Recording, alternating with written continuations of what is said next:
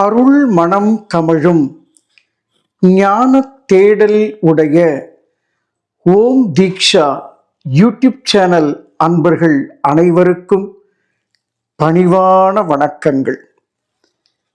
இன்றைய தினம் ஒரு புதிய செய்தியோடு புதிய தகவலோடு உங்களை காண வந்திருக்கின்றேன்.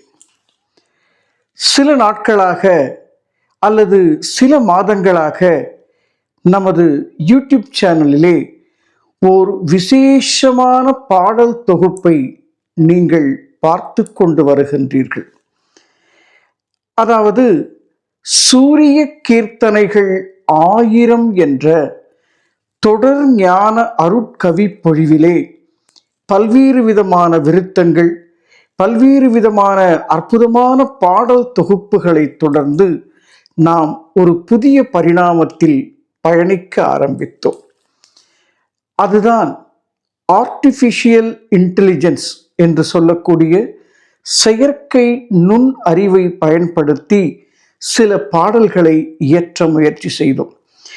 அந்த அற்புதமான பணிக்கு, இந்த மிக சிறப்பான ஞான சேவைக்கு என்னோடு கூட இணைந்து மரியாதைக்குரிய ஆத்ம சகோதரர் நற்புவி திரு மகேந்திரன் ஐயா அவர்கள் பாடி மிக சிறப்பான முறையில் இசையமைத்து அதனை அவரது மகன் திரு யுகதீபன் அவர்கள் மாஸ்டரிங், மிக்சிங் என்று சொல்லக்கூடிய அந்த இணைப்பு பணிகளை சேகரித்து மிக சிறப்பான முறையில் நமது சேனலிலே ஒளிபரப்பி வந்து கொண்டிருக்கின்றோம்.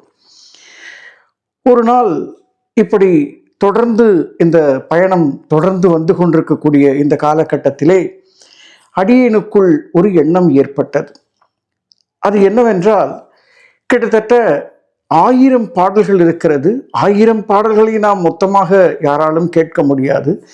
இதை ஒரு 10 பாடல்களாக தொகுத்து ஒரு அழகான தொகுப்பாக வெளியிட வேண்டும் என்ற எண்ணத்தில் ஒரு இரவு படுத்து கொண்டிருக்கின்ற போது அதற்கு ஒரு விசேஷமான தலைப்பு வைக்கலாம் என்று ஆலோசனை செய்து கொண்டிருந்தோம்.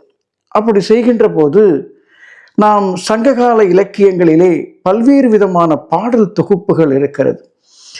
அந்த பாடல் தொகுப்பிலே 10 பாட்டு, 8 தொகை, பரிபாடல், இப்படி அதாவது நம்முடைய திருக்குறள் முதல் கொண்டு பலவிதமான இலக்கியங்கள் இருக்கக்கூடிய இந்த சூழ்நிலையிலே இந்த 10 பாட்டு என்று ஒரு பொறி எனக்குள் தட்ட அதனை 10 பாட்டு என்று மாற்றி இந்த ஏஐ பாடல்கள், அதாவது ஆர்டிஃபிஷியல் இன்டெலிஜென்ஸ் என்று சொல்லக்கூடிய இந்த ஏஐ பாடலுக்கு 10 பாடல் என்ற டைட்டில் அமைத்து, தலைப்பை அமைத்து அதை அரங்கேற்றம் செய்ய முடிவு செய்தோம். அது என்ன பற்று? நாம் எதன் மீது பற்று வைத்திருக்கிறோம் மகனே? பொருள் பற்று இருக்கிறது, புகழ் பற்று இருக்கிறது, போகப்பற்று இருக்கிறது, மோகப்பற்று இருக்கிறது. காமத்தின் மீது அல்லது இச்சைகளின் மீது, தேவைகளின் மீது, ஆசைகளின் மீது உன்னுடைய பற்றுகளை பட்டியலிட்டு பார் ராஜா.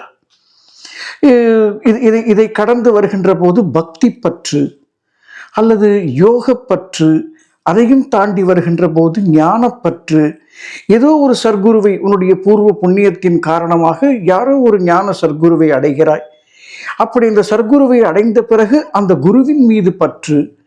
அந்த குரு உனக்கு ஒரு ஞான உபதேசத்தை அல்லது ஞான திருவடியை காட்டி கொடுத்தால், திருவடியை தவறவிட்டு குருவே கடவுள் என்று சொல்லக்கூடிய அந்த ஒடுக்கத்தின் மீது பற்று. பாரு மகனே, உனக்கு எத்தனை பற்றுகள் இருக்கிறது. நீ கொண்ட எல்லா பற்றுகளும், இதுவரை நீ சுமந்திருக்கக்கூடிய எல்லா பற்றுகளும், அது எதுவாக வேண்டுமானாலும் இருக்கலாம்.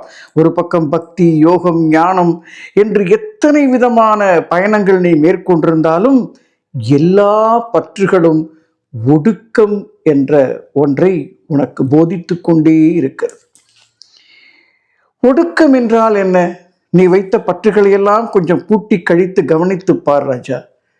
ஒடுக்கம் என்பது வெளிப்பட்டதற்குள் நீ வைக்கக்கூடிய பற்று. ஆனால் இந்த பற்றுப்பாட்டு அதை சொல்வதற்கு வந்ததா? வெளிப்பட்டதின் மீது நீ வைக்கின்ற எல்லா பற்றுகளும் ஏக்கங்களும் எதிர்பார்ப்புகளும் துன்பங்களும் துயரங்களும் ஆசைகளும் தேவைகளையுமே மையப்படுத்தி இதுவரை உலகத்தில் வந்த எல்லா பாடல்களும் ஒரு ஒடுக்கத்தினுடைய பாடல்களாகவே நீ கேட்டுக்கொண்டிருக்கிறாய். இதில் என்ன ஒரு கொடுமை என்றால், இது மட்டுமே சரி, இது எனக்கு பிடித்த பாடல், இதற்கு விதவிதமான இசையமைத்து கொண்டிருக்கிறாய்.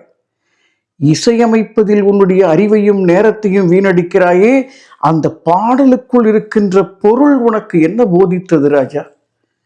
என்றைக்காவது கவனம் யோசித்திருக்கிறாயா? எந்த பாடல் இந்த உலகம் தோன்றிய காலத்திலிருந்து இந்த வினாடி வரை எந்த பாடலை நீ எடுத்து பார்த்தாலும் அது ஏதோ ஒன்றை குறித்திருக்கும். அதன் மீது எழுதியவன் பற்றிருக்கும் அல்லது பாடியவன் பற்றிருக்கும். அதை எழுதியவனையும் பாடியவனையும் கேட்டு நீ அந்த பொருள் மீது பற்று கொண்டு உனக்கு ஒடுக்கம் மட்டுமே இருக்கும். உன் ஒடுக்கத்தால் உனக்கு ஆணவம் மட்டுமே மேலோங்கி இருக்கும். கொஞ்சம் கூர்ந்து கவனித்துப்பார். அந்த வேலையை செய்வதற்கா உலக ஒளிமையும் உன்னை சந்திக்க வந்து மீண்டும் ஒரு பற்றுப்பாடலை விதைக்கிறது.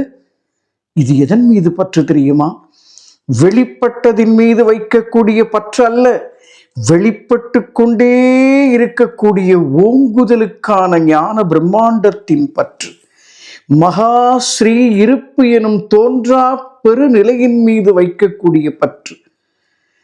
இந்த அற்புதமான 10 பாடல்களையும் ஒன்றாக இணைத்து ஒரு விசேஷமான திருநாளில், அதாவது இந்த ஒரு ஞான பணிகளை தன் தலைமீது சுமந்து கொண்டு பேரன்பினுடைய விசுவாசத்தை எங்களுடைய சபையின் மீது செலுத்தி இந்த பாடல்களையெல்லாம் தயாரித்து வருகின்ற மரியாதைக்குரிய ஆத்ம சகோதரர் திரு நர்புவி என்று சொல்லக்கூடிய மகேந்திரன் ஐயா அவர்களுடைய ஜென்ம லாபத் திருநாள், அதாவது பிறந்த நாளாக விளங்கக்கூடிய மார்ச் மாதம் 28ஆம் தேதி இந்த வருடம் 2026வது வருடம் அந்த பெருமகனாரை கண்ணியப்படுத்தவும் கௌரவப்படுத்தவும் இந்த பாடல்களையெல்லாம் மிக விசேஷமான முறையில் செவிக்குள் நுழைந்து இதயத்திற்குள் களைந்து உயிரை தீண்டி உன்னை உன்னதமான ஓங்குதலுக்கு அழைத்து செல்லக்கூடிய ஓர் அற்புதமான பற்று பாடல்களை இந்த உலக ஒளி மையத்தின் சார்பாகவும்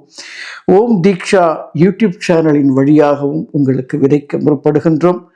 வருகின்ற 28ஆம் தேதி, மார்ச் மாதம் 28ஆம் தேதி ஓம் தீக்ஷா யூடியூப் சேனலில் பற்றுப்பாட்டு என்ற ஓர் ஞான விசேஷமான தொகுப்பை சமர்ப்பணம் செய்கின்றோம்.